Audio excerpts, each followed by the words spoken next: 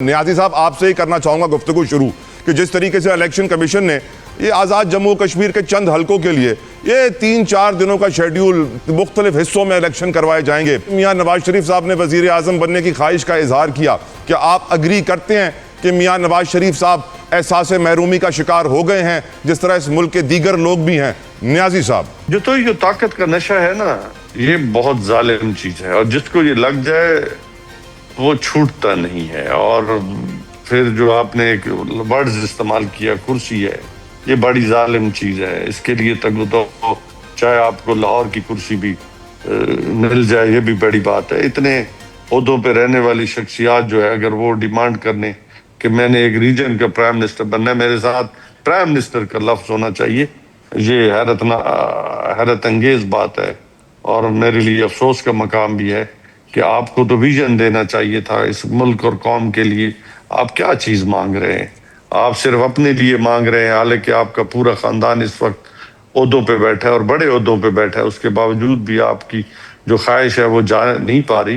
چاہیے تو جا کے ملک میں جو جمہوریت کے لیے آپ کام کرتے، آپ انڈیپینڈنٹ جوڈیشری کے لیے کام کرتے، آپ انڈیپینڈنٹ الیکشن کمیشن کے لیے کام کرتے. آج جو نوجوان بے روزگار ہیں، جو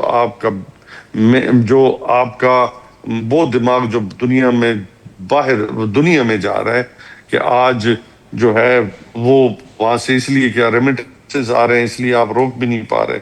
تو آپ خود اندازہ کریں کہ آپ کی سوچ کیا ہے. آپ سوچ تو بادشاہت کی ہوئی نا، جمہوریت کی تو نہیں ہوئی نا یا نیازی صاحب؟ سوچ تو بادشاہت کی ہوئی.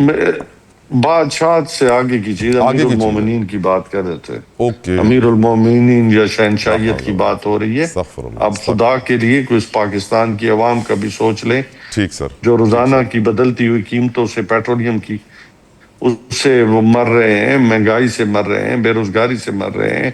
آج کسان جو ہے وہ، اور پھر آپ کی عوام جو ہے، سب سے بڑا بحران جو آنے والا ہے اس وقت ملک کے اندر، جو چند بحران چل رہے ہیں اس میں جو گندم کا بحران بھی آنے والے دنوں میں جو ابھی سر اٹھا رہا ہے، اور آپ نے دیکھا خوفناک ہوگا. بالکل ٹھیک ہے صاحب، بالکل ٹھیک ہے صاحب. اچھا، لوڈ شیڈنگ کا بحران ہے، مہنگائی کا بحران ہے، بے روزگاری کا بحران ہے. آپ کرنا کیا چاہتے ہیں؟ آپ صرف سیٹیں ہی لینا چاہتے ہیں؟ کچھ دینا بھی چاہتے ہیں؟ یہ بتا دیں. بالکل ٹھیک سر. صدیقی صاحب، آپ کا نظریہ، یہ جو ٹکڑوں میں الیکشن کرایا جا رہا ہے اتنے چند حلقے ہونے کے باوجود، جو نواز شریف صاحب کو دوبارہ وزیر اعظم بننے کی خواہش بن گئی ہے، یہی ہے وہ ہمارا جمہوری نظام جس میں طلبہ آگے آ نہیں پا رہے ہیں، ریٹائرڈ کو نوکری زیادہ ملتی ہے، نوجوان یوتھ کو نوکری کم ملتی ہے. صدیقی صاحب، یور اوپینین. پرائم منسٹر نے، سابق پرائم منسٹر نے بات کی ہے اس طرح سے، اس کی مثال میں اس طرح سے دوں گا. کرسی کا جو نشہ تھا، اس کرسی کے نشے نے، میں ایگزامپل اپنے صوبے کی دوں گا، اس کرسی کے نشے نے ہمیں 18 سال میں یہاں تک پہنچا دیا ہے. تو اب پرائم منسٹر، جو سابق پرائم منسٹر ہیں، ان کو مزید کیا پاورز چاہیے؟ وہ کتنی دفعہ خود پرائم منسٹر رہے، ان کی پارٹی کا شہباز شریف صاحب ابھی پرائم منسٹر ہیں، انہوں نے ملک کو کس سمت میں لا کے ان لوگوں نے کھڑا کیا ہے؟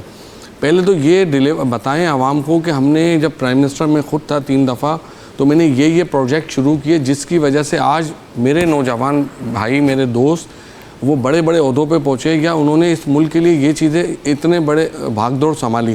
آپ نے کوئی نوجوانوں کو ویژن نہیں دیا، کوئی آپ نے تعلیم پہ اس طرح کا پروجیکٹ نہیں شروع کیا جس سے میرے ملک کی اکانومی بڑھتی. آپ نے کوئی بھی میگا پروجیکٹ شروع نہیں کیے، کوئی آپ نے انڈسٹری پہ کام نہیں کیا. آپ لوگوں نے آپ نے یہ ضرور کیا کہ آپ نے بجلی گھر لگائے چند خاندانوں نے، جس کی وجہ سے آج یونٹ 80 سے 100 روپے کا ہے. لوڈ شیڈنگ بڑھ چکی ہے، ان بجلی کے بند گھروں کی ہمیں اپنے بلوں میں پیمنٹ دینی پڑتی ہے. یہ آپ کے وہ میگا پروجیکٹ تھے دونوں پارٹیوں کے، جس کی وجہ سے آج عوام بری طرح پس رہی ہے. آج یہ کرسی کے نشے نے سندھ کو 18 سال میں کشمور سے کراچی تک جو صورتحال ہے، اس میں تو اب کوئی گواہی بنتی نہیں ہے. آپ نے 25,000 ارب روپے حاصل کیے. آپ نے 2 پارٹیوں نے مل کے 18ویں ترمیم پاس کی، چارٹر آف ڈیموکریسی کیا. اس کے نتیجے میں ملک کہاں کا پہنچا؟ آپ کا پنجاب کا صوبہ ہو، بلوچستان ہو، KPK ہو، سندھ ہو، کیا آپ بتا سکتے ہیں کہ نوجوانوں کو نوکری مل رہی ہے؟ نوکریاں گورنمنٹ کی نوکری نہیں ہوتی، نوکری پرائیویٹ سیکٹرز میں پیدا کی جاتی ہیں. پرائیویٹ سیکٹر ہی ملک کو چلاتا ہے. آپ خیرپور اکنامک زون جائیں، میرے صوبے میں جتنے اکنامک زون ہیں سب بند پڑے ہوئے ہیں. آپ سائٹ جائیں، کورنگی جائیں، وہاں کے انفراسٹرکچر کی حالت دیکھیں، ان کے پاس پانی نہیں ہے،